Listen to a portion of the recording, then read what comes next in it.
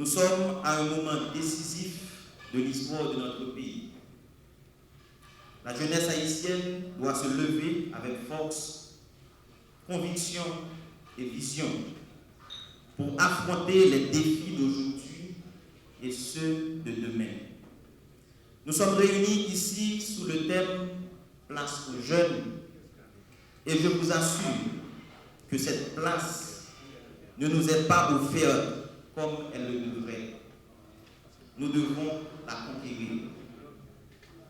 Mais avant de poursuivre, permettez-moi de remercier les autorités de notre pays et les agences internationales, en particulier les Nations Unies et leurs diverses branches, pour les efforts déjà consentis en faveur de la jeunesse haïtienne. Les initiatives qui nous permettent d'accéder à des opportunités de formation, de stage et de participation aux discussions sur les grands enjeux qui nous concernent. Ces initiatives sont à saluer. Ces actions montrent qu'il est possible de faire encore plus. Il est indéniable que des progrès ont été réalisés, mais nous avons encore besoin de plus d'espace pour démontrer notre plein potentiel et contribuer activement à la reconstruction de notre nation. La jeunesse haïtienne n'est pas seulement une promesse pour l'avenir, elle est la clé du présent. Face aux crises multiples qui secouent notre nation, crise sécuritaire, crise politique, crise sociale, pour ne citer que celle-là, nous devons répondre par notre engagement. Nous avons le pouvoir de changer les choses, de remodeler notre société et de devenir les artisans d'une nouvelle ère pour Haïti. Mais pour cela, il est essentiel de nous former et de nous perfectionner dès aujourd'hui. Nous devons ici et maintenant prendre conscience que le leadership, la connaissance et les valeurs comme le patriotisme sont nos armes les plus puissantes. Il y a d'autres armes, mais ces armes-là devraient être les plus puissantes. Il ne suffit pas d'espérer un avenir meilleur.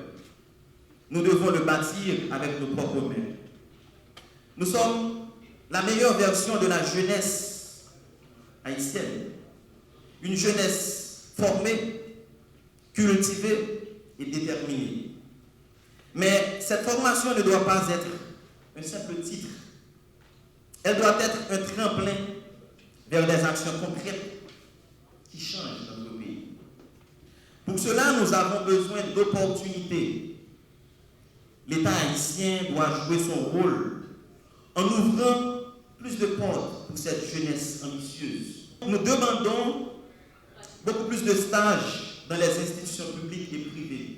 L'Office de la protection du citoyen et de la citoyenne, en sa qualité d'institution de protection et de promotion des droits de l'homme, a le plaisir de s'associer à la deuxième édition Place aux jeunes, organisée par le CNP de la primature, le Haut Commissariat aux droits de l'homme et le Regroupement national des étudiants haïtiens.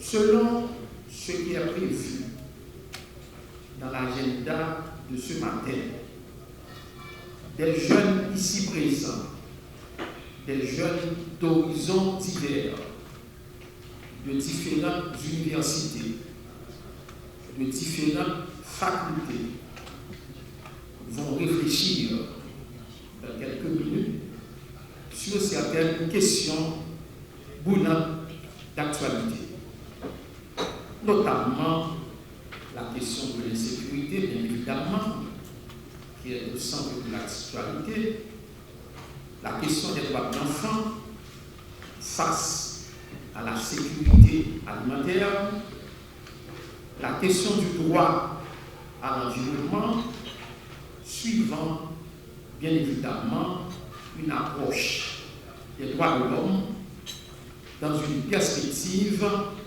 de formuler des recommandations aux plus hautes autorités politiques du pays.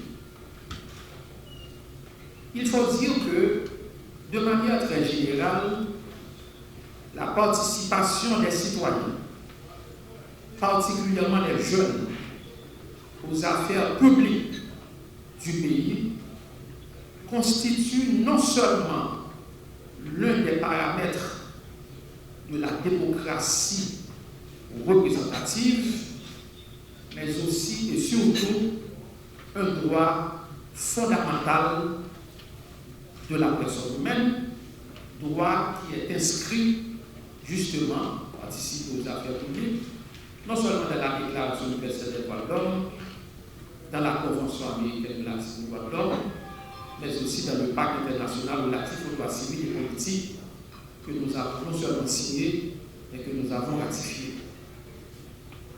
Et face aux différents problèmes que nous connaissons, l'insécurité, la déportation massive de nos compatriotes, en dehors de toute norme par le gouvernement raciste, si vous me passez le mot, c'est pas trop fort, de la République dominicaine,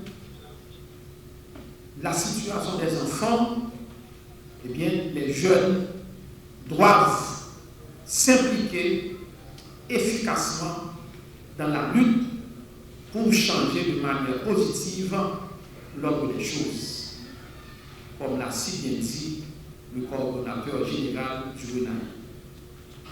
Et les dirigeants politiques, les autorités politiques doivent leur donner la place qu'il faut dans les structures étatiques. On doit combattre la gérontocratie, on doit combattre la discrimination, on doit intégrer les jeunes, on doit valoriser les jeunes. Et encore, je vous donne les mots de mon ami le coordonnateur, des jeunes qui sont compétents, qui sont sérieux, qui sont honnêtes et qui font preuve de responsabilité. Des jeunes qui peuvent travailler. C'est un immense plaisir pour moi de participer et de présenter quelques mots d'introduction pour l'ouverture de cette place aux jeunes.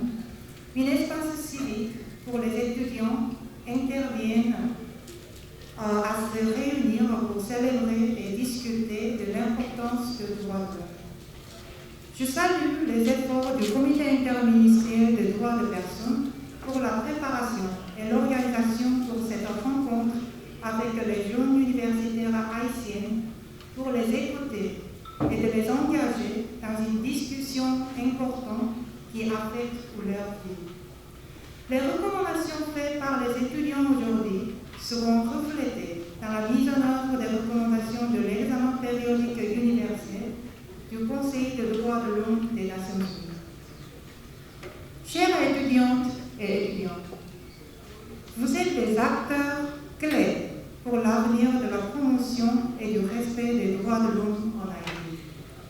Il est important de souligner qu'il est crucial que vous continuiez votre engagement et votre observation de la situation des droits de l'homme en Haïti en tant qu'acteurs essentiels de la société civile. Bien entendu, vous êtes les acteurs essentiels de la société civile. Vous avez le droit de participer aux décisions importantes qui impactent votre vie. Actuellement, en Haïti, nous sommes en train de témoigner d'une transition importante pour le gouvernement ainsi que l'avenir du pays pour les mois et les années à venir.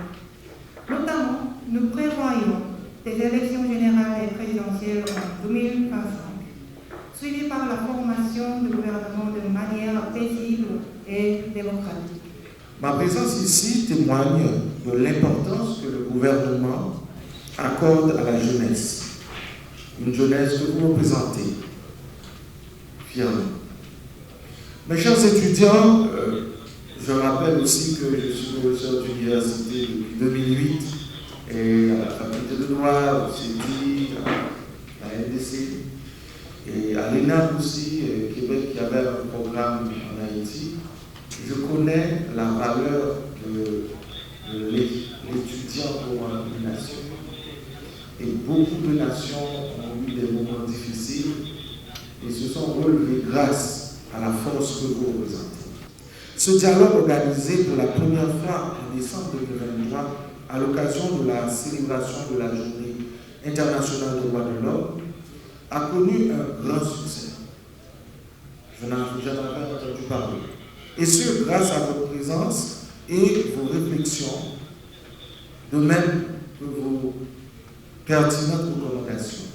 Lors de la première édition, vous avez choisi de débattre de 3 sujets palpitants.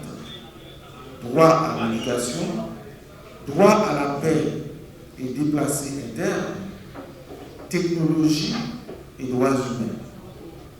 Je dois vous dire que droit à la paix et déplacés internes a encore un écho très important aujourd'hui dans notre pays.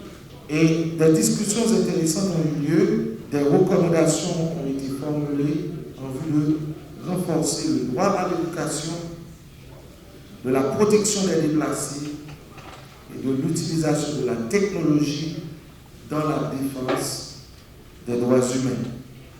Et quand on parle de technologie, si aujourd'hui on peut avoir un impact sur les cas de violation, c'est parce que la technologie de communication nous donne l'immédiateté des actions. On ne peut pas continuer à violer les droits de tout le monde, mais y compris des enfants par exemple, parce qu'avec des photos et des vidéos instablement publiées, on peut avoir un impact direct sur les décideurs.